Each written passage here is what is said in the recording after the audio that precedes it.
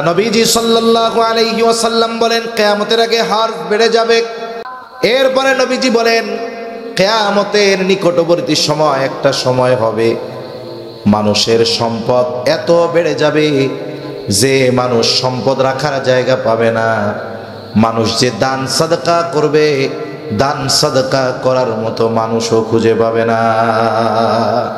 এখন তো আপনাদের কাছে মসজিদের জন্য মাঝে মধ্যে চাওয়া হয়, মাদ্রাসার জন্য চাওয়া হয়, দ্বীনি কাজের জন্য চাওয়া হয়, কিন্তু কিয়ামতের আগে এমন একটা সময় আসবে নবীজি সাল্লাল্লাহু আলাইহি ওয়াসাল্লাম বলেন হাত্তা ইয়াকসুরা ফীকুমুল মাল ফায়াফিদু।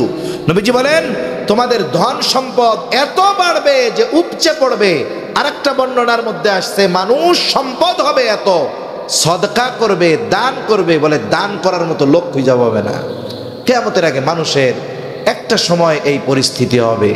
তা এই সময়গুলোর আগ পর্যন্ত কিয়ামত সংগঠিত হবে না, কিন্তু এর মধ্যে কিছু বিষয় আমাদের সামনে পরিলক্ষিত হচ্ছে। ইলম উঠে যাচ্ছে আলেমদের মৃত্যুর মাধ্যমে, ভূমিকম্প বাড়তেছে, সময়ের সাথে সাথে সাথে সাথে সময় সংকীর্ণ হয়ে গেছে, নির্বিচারে হত্যা বেড়ে গেছে, একের পর এক ফিতনা। তাসবিহ দানা ছিঁড়ে গেলে যেমন একটার পর একটা তাসবির দানা পড়ে, ওই রকম ভাবে একটার পর একটা ফিতনা এই পৃথিবীবাসী বিশেষ করে মুসলমানদের উপরে পতিত হচ্ছে, ঠিক কিনা বলেন? এই জন্য কিয়ামত বেশি দূরে নাই, আমাদেরকেও সেই জন্য প্রস্তুত করা দরকার, আমাদেরও প্রস্তুতি নেওয়া দরকার যে ওই কিয়ামতের ময়দানে আমরা যেন আল্লাহর কাছে ধরা পড়ে না যাই। তাহলে আয়াত তিলাওয়াত করেছিলাম সূরা লুকমানের শেষ আয়াত। আল্লাহ রাব্বুল আলামিন বলেন ইন্নাল্লাহা ইনদাহু ইলমুস সাআহ ওয়া ইউনাজ্জিলুল গায়থ। আল্লাহ রাব্বুল আলামিনের কাছেই আছে কিয়ামতের ইলম, কিয়ামতের সুনির্দিষ্ট সময় কেউ জানে না। জানে কে? জোরে বলেন, আরো জোরে বলেন, কে জানে? কিন্তু কিয়ামতের আগে কি আলামতগুলো, এই কয়েকটা আলামত আমরা জানতে পারলাম যাতে করে কিয়ামতের জন্য আমাদের প্রস্তুতি নেওয়া সহজ হয়, আমাদেরকে প্রস্তুত করা আমাদের জন্য যেন সহজ হয়। এজন্য কয়েকটা আলামতের কথা বললাম। এরপরে আল্লাহ তাআলা বলেন ওয়া ইউনাজ্জিলুল গায়থ, আর তিনি কোথায় বৃষ্টি বর্ষণ করবেন এটা আল্লাহ তাআলা জানেন, অন্য কেউ জানে না। এজন্য মেঘ হলেই বৃষ্টি হয় না। অনেক সময় আমাদের মাথার উপরে মেঘ দেখা যায়, কিন্তু আল্লাহ তাআলা বৃষ্টি দেয় আর এক জায়গায়। আর বৃষ্টি হওয়া এটা আল্লাহ তাআলার পক্ষ থেকে খুশির আলামত। হাদিসের মধ্যে আসছে আল্লাহ তাআলা খুশি হইলে কি করেন?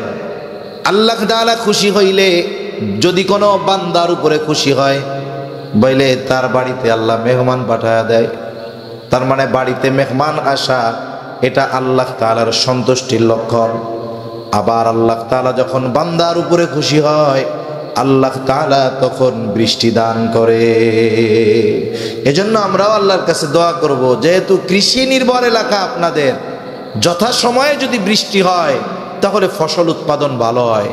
আল্লাহ তাআলার কাছে এজন্য দোয়া করা যে আল্লাহ আপনি আমাদেরকে যথাসময়ে যথেষ্ট পরিমাণ বৃষ্টি দান করেন। আবার বৃষ্টি হইতে হইতে মাঝে মধ্যে এমন বৃষ্টি হয় বৃষ্টির ঠেলায় বন্যা হয়ে যায়। অনেক জায়গা হয় কি হয় না?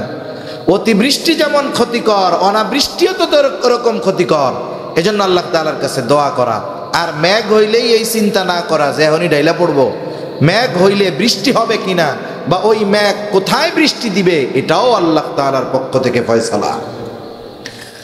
এরপরে আল্লাহ তাআলা বলেন ওয়ায়ালামু মা ফিল আরহাম, গর্ভের ভিতরে ছেলে না মেয়ে, মায়ের পেটে ছেলে না মেয়ে, এটা দুনিয়ার কেউ জানে না। জানে কে? জোরে বলেন, আরো জোরে বলেন, জানে কে? আধুনিক প্রযুক্তি এটা বলতে পারে আকৃতি পাওয়ার পরে, কিন্তু যখন মায়ের গর্ভে ওই সন্তান মিশ্রিত কীট পানি হিসাবে থাকে, রক্তপিণ্ড হিসাবে থাকে, মাংসপিণ্ড হিসাবে থাকে, ওই সময়ও আল্ট্রাসোনোগ্রামের মাধ্যমে জানা যায় না মায়ের গর্ভে ছেলে হবে নাকি মেয়ে হবে। এজন্য গর্ভের মধ্যে ছেলে না মেয়ে এটা জানেন আল্লাহ। আবার অনেকে আছে যখন দেখে যে গর্ভের মধ্যে মেয়ে হইছে, হায় হায় কত জালেম আছে, গর্ভে থাকা অবস্থায় ওই গর্ভের শিশুরে হত্যা করে ফেলে, আছে না নাই গণ? এই ভ্রূণ হত্যাকারী সমাজে অভাব নাই। মনে রাখতে হবে, মেয়ে হইলে বেজার হন কেন? মেয়ে হোক ছেলে হোক এগুলা দেয় কে? জোরে বলেন, দেয় কে? আল্লাহ। আল্লাহ তাআলা বলেন, ইয়াহাবু লিমান ইয়াশাউ ইনাসান ওয়া ইয়াহাবু লিমান ইয়াশাউ যুকুর আও ইউযাউযুহুম যুকরানান ওয়া ইনাসা ওয়া ইয়াজআলু মান ইয়াশাউ আকীমা। আল্লাহ তাআলা বলেন, তিনি যাকে ইচ্ছা ছেলে দেন, যাকে ইচ্ছা মেয়ে দেন, আবার যাকে ইচ্ছা ছেলে মেয়ে উভয়টাই দেন। ওয়ায়াজআলু মান ইয়াশাউ আকীমা, আবার যাকে খুশি আল্লাহ তাআলা বন্ধা বানায় রাখেন। তার মানে তারে ছেলেও দেন না, মেয়েও দেন না। এই জন্য সমাজে অনেক মানুষ আছে, যখন জানতে পারে গর্ভের সন্তানটা কন্যা সন্তান, মেডিসিন দিয়া, অপারেশন করায়া, সুচ দিয়া বিভিন্নভাবে ওই বাচ্চাটাকে হত্যা করে ফেলে। একটা মানুষকে হত্যা করলে যেই গুনাহ, মায়ের গর্ভে ভ্রূণ হত্যা করলে সমপরিমাণ গুনাহ। কিয়ামতের দিন এই ভ্রূণ আল্লাহর কাছে দাঁড়িয়ে হত্যাকারীর বিরুদ্ধে অভিযোগ দায়ের করবে। এজন্য স্বাভাবিকভাবে সমাজে এগুলো অনেক আছে। এই কাজগুলো যেন আমাদের মাধ্যমে কখনো না হয়, আল্লাহ বুঝবার তৌফিক দান করেন। এরপরে আল্লাহ তাআলা বলেন, ওয়ামা তাদরি নাফসুম মাযা তাকসিবু গাদা। আল্লাহ তাআলা বলেন, কেউ জানে না আগামীকাল সে কি করবে। আজকে যে অবস্থায় আছে হয়তো আগামীকাল তার সে অবস্থা নাও থাকতে পারে। কবি বলে, নদীর এপার ভাঙে ওপার গড়ে, এই তো নদীর খেলা। সকাল বেলার ধনী রে তুই ফকির সন্ধ্যাবেলা। এই জন্য আজকে সম্মানিত ব্যক্তি আগামীকাল লাঞ্ছিত হয়ে যেতে পারে, আবার আজকের লাঞ্ছিত ব্যক্তি আগামীকাল সম্মানিত হয়ে যেতে পারে। ঠিক কিনা বলেন? এজন্য মানুষের অবস্থা পরিবর্তনশীল, এটা তাকদীরের ফয়সালা, আল্লাহর পক্ষ থেকে ফয়সালা। এজন্য একজন আর একজন রে ছোট মনে না করা। হইতে পারে যে আজকে আমার অবস্থান ভালো আছে, আমার প্রতিবেশী আমার অবস্থানগত দিক দিয়ে দুর্বল, আজকে তারে আমি খোসা মারতেছি, আজকে তারে খোসা মারতেছি, আগামীকাল হয়তো আমার চাইতে ভালো অবস্থানে সে চলে যেতে পারে। এজন্য তুচ্ছ কাউকে না করা, হিংসা কাউকে না করা, কাউকে ছোট মনে না করা। এরপরে আল্লাহ তাআলা বলেন, ওয়ামা তাদরি নাফসুম বিআইয়ি আরদিন তামুত। আল্লাহ রাব্বুল আলামিন বলেন, কেউ জানে না সে কোন স্থানে মৃত্যুবরণ করবে। আমার আপনার মৃত্যু কোথায় লেখা আছে, কোন জমিনে লেখা আছে, কোন জায়গায় লেখা আছে, আমি আপনি সেটা জানি না। মাঝে মধ্যে এরকম কিছু ঘটনা শুনি, খুব হৃদয় বিদারক লাগে। এক প্রবাসী ভাই, ওনার ব্যাপারে শুনলাম, ওনার দেশে বাচ্চা হয়েছে, অফিস থেকে আসছে, ছেলে না মেয়ে হয়েছে, উনি অনেক খুশি, সুস্থ সবল মানুষ। বন্ধুরা রুমে আসছে, আসার পরই বলতেছে, তুমি তো বাবা হইছো, আমাদের মিষ্টি খাওয়াও। উনি খুশিতে অফিস থেকে আসছে, গোসল টোসল করা নাই, কোনো কিছু না কইরাই দৌড় দিয়া মিষ্টির দোকানে চলে গেছে। আল্লাহর বান্দা মিষ্টি কিনা নিয়ে আসতেছে, রোড পারাপারের সময় গাড়িতে এসে ধাক্কা দিছে, লোকটা মারা গেছে। একটু চিন্তা করে দেখেন, সুস্থ সবল একটা মানুষ, ওই স্থানটাতে আল্লাহ তাআলা তার মৃত্যু লেখা রাখছিল। এটা স্বাভাবিক বিষয় যে আমার আপনার মৃত্যু কোথায় লেখা আছে এটা কেউ জানে না। আমার মৃত্যু যদি এমন কোন জায়গায় লেখা থাকে আমি চিনিও না, আমার তাকদীর আমাকে ওই জায়গায় নিয়ে যাবে। ঠিক কিনা বলেন? এজন্য কেউ জানে না কোন জায়গায় তার মৃত্যু হবে। তবে সর্বদা মৃত্যুর জন্য প্রস্তুত থাকা দরকার। এই পাঁচটা ইল, এই পাঁচটা বিষয়ের ইল একমাত্র যার কাছে আছে তিনি কে? এক বর্ণনায় আসছে, তাফসীরের মধ্যেও আসছে যে মানুষের মৃত্যু ওই জায়গায় হয়, কবর ওই জায়গায় হয় যেই জায়গার মাটি দিয়ে তারে বানানো হয়। তার মানে আমার আপনার জন্য আল্লাহ তাআলা মৃত্যুর একটি সুনির্দিষ্ট স্থান রেখে দিয়েছেন, সময়ও যেমন সুনির্দিষ্ট, আমার আপনার মৃত্যুর স্থানটাও সুনির্দিষ্ট, কিন্তু আমাদের অজানা। আর এই অজানা বিষয়গুলো জানার অতি চেষ্টা না করে এই বিষয়গুলোর সিদ্ধান্ত ফয়সালা আল্লাহর হাতে রেখে দিয়ে আমাদের নিজেদের প্রস্তুতি গ্রহণ করা দরকার। কেউ যদি এই চিন্তা করে, হুজুর যা কইল 6টা কথা বললো, এর মধ্যে তো 5টা ঘটতেছে এই অলরেডি, তাহলে তো কেয়ামত আয়া পড়ছে, সব কিছু বাদ দিয়া টেনশনে মাথা গরম করলে হবে না। আমাদেরকে আল্লাহ প্রদত্ত যেই আইন কানুন বিধিনিষেধ এগুলোর উপরে নিজেদের পরিচালিত করতে হবে। এগুলো হবে কিয়ামতের আগে, থামানোর কোনো সুযোগ নাই, কিন্তু ওইগুলো হওয়ার কারণে বৈশা থেকে কোনো উপায় নেই।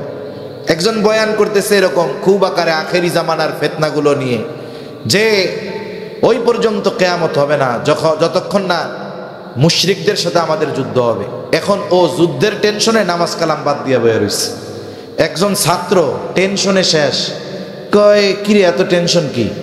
কয় টেনশনের ঠেলায় লেখাপড়া করতে পারতেছি না। তোর কিসের টেনশন? কয় পরীক্ষার টেনশনে লেখাপড়ার টাইম পাই না। তার মানে তোর পরীক্ষার টেনশন যদি থাকে, তুই তো লেখাপড়া করবি ভালো পাস করার জন্য, ঠিক কিনা বলেন? কিয়ামতের আগে এগুলো ঘটবে, এই অবস্থা আমাদের জানা দরকার। জেনে কি করা দরকার? হতাশায় ঘরে বসে থাকার কোনো সুযোগ নাই। আবার হতাশ হওয়ার কারণ নাই যে আমাদেরকে তো শেয়াশি করে দিবে, তাইলে আর কি হবে? এগুলো হবে, কিন্তু এই হতাশায় না পড়ে আল্লাহ তাআলার বিধিনিষেধ অনুযায়ী চলতে হবে। ঈমানকে পাকাপোক্ত করতে হবে। শুধু মসজিদগুলো পাকা হলে হবে না, পাক্কা নামাজিও আমাদের হতে হবে, ঠিক কিনা বলেন? কারণ বেনামাজি যারা, এদেরকে কাফেররা ভয় পায় না। ওই 313 জন রে যেই ভয় পাইছে কাফেররা, এখন 250 কোটি মুসলমান, কাফেররা আমাদের ভয় পায় না। কেন? বলে আমরাই তো নিজেরা ইসলামের উপরে নাই। নাম মুসলমান, ধর্ম কি ইসলাম, কিন্তু মুসলমানিত্ব আমাদের মধ্যে নাই, ঠিক কিনা বলেন? এজন্য নিজেদের পরিবর্তন দরকার, প্রস্তুতি নেওয়ার দরকার। আখেরি জামানার ফিতনাগুলো যেন আমি ফিতনার মধ্যে না পড়ে যাই। ফিতনা আসবে, কিন্তু আমি কিভাবে বাঁচতে পারি, এই বিষয়গুলো আমাদের জানা দরকার। আর ওই ফিতনাগুলো থেকে তারাই বাঁচবে যাদের ঈমান মজবুত, যাদের আমল ঠিক আছে, এরাই ফিতনা থেকে বাঁচার রাস্তা বের করে ফেলতে পারবে। আল্লাহ সুবহানাহু ওয়া তাআলা কথাগুলো বোঝার তৌফিক দান করেন, আমিন। এখন দোয়া হবে, মসজিদের উন্নয়ন কল্পে মাহফিল। দোয়ার আগে আল্লাহর ঘরের জন্য কোনো ভাই এরকম যদি থাকেন, সিমেন্ট দরকার, কেউ যদি পারেন 10 বস্তা দেন, কেউ যদি পারেন 5 বস্তা দেন, আর যদি নাই পারেন কমপক্ষে 1 বস্তা কইরা সবাই একটু মেহেরবানি করে বলেন, 1টা বস্তা সিমেন্ট আল্লাহর ঘরের জন্য দিবেন। এরকম একজন 1 বস্তা হইলেও বলেন। আর যার 10 বস্তা 20 বস্তার অ্যাবিলিটি আছে, এটা আমি না জানলেও আল্লাহ ভালো জানে, মেহেরবানি করে একটু দোয়ার আগে বলেন। অনেক রাত হয়ে গেছে, এত রাত পর্যন্ত কথা বলায় অভ্যস্ত আমি না, আমার ঘুম আসতেছে, খারাপ লাগতেছে, 1টা বাজতে 10 মিনিট বাকি, একটু বলেন মেহেরবানি করে। 1 বস্তা করে দরকার হয় বলেন, 1 বস্তা করে 30-40 জন হোক, আল্লাহর ঘর মসজিদের কাজের জন্য একটু মেহেরবানি করে বলেন তো। 1 বস্তা করে বলেন সিমেন্ট। কি 1 বস্তা করে দেওয়ার মতো লোক নাই? হ্যাঁ, 1 বস্তা করে বলেন না, 1 বস্তা করে বলেন সিমেন্ট, 1 বস্তা অনলি। একটু মেহেরবানি করে বলেন ভাইরা, বলেন একটু মেহেরবানি করে বলেন। যার 5 বস্তা 10 বস্তার সামর্থ্য আছে, তিনি তো 5-10 বস্তা দিবেন। কে? লালটু, লালটু ভাই 1 বস্তা সিমেন্ট, আল্লাহ কবুল করুক, জোরে বলি আমিন। আল্লাহ জান মালে বরকত দিক, সকলে বলি আমিন। তো বলেন মেহেরবানি করে, আরো কিছু ভাই বলেন, বলেন বলেন। আমিনুর চাচা 1 বস্তা, আল্লাহ কবুল করুক। 5 বস্তা 10 বস্তা দেওয়ার কি 2-4 জন নাই? একটু মেহেরবানি করে বলেন না, আল্লাহর ঘরের জন্য একটু বলেন, মসজিদের জন্য মেহেরবানি করে বলেন। আর 1 বস্তা করে বলতে থাকেন, 1 বস্তা করে সবাই বলেন, কম বেশি বলেন ভাই, আল্লাহর ঘরের জন্য বলেন, মেহেরবানি করে বলেন। অনেক দূর যাইতে হবে, আমি আগামীকাল চট্টগ্রাম যাব আবার, একটু বলেন মেহেরবানি করে, দেরি করায়েন না, এমনি দেরি হয়ে গেছে অনেক। 1 বস্তা করে বলেন, আল্লাহর ঘরের জন্য বলেন।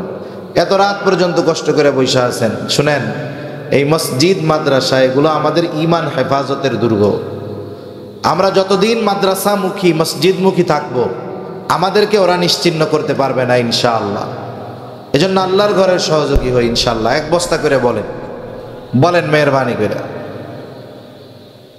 একটু বলেন মেহেরবানি করে বলেন। এক বস্তা করে বলেন, এক দিছে, কয় 2 জন মারছি, টার্গেট হইল 26,000। একটু চিন্তা করেন, একটা রাষ্ট্রের আইন কত ভঙ্গুর হলে হত্যা করার পরে লাইভে দেয়, দিনের বেলায় প্রকাশ্য হত্যা করে, আবার অস্ত্র হাতে নিয়ে অন্যান্য মুসলমানদেরকে খুঁজে বেড়াচ্ছে হত্যা করার জন্য, অথচ আইন শৃঙ্খলা বাহিনী এইটার কোনো ব্যবস্থা গ্রহণ করতেছে না। এই তো অবস্থা কিয়ামতের আগে হবে, যে ওই লোকটা এমনিতেই বাড়ির সামনে বসেছিল, ওরে হত্যা করলো, আর যে হত্যা করেছে বাস্তবেই কিন্তু হত্যার মূল কারণ ওর নিজেরও জানা নাই। আর এটা আমাদের উপরে বেশি চলতেছে, মুসলমানদের উপরে। এক সময় হয়তো মুসলমানদের দেয়ালে পিঠ ঠেকবে, তখন হুঁশ হবে যে না, আর মার খাওয়া যাবে না, এখন প্রতিবাদ করতে হবে। ঠিক কিনা বলেন?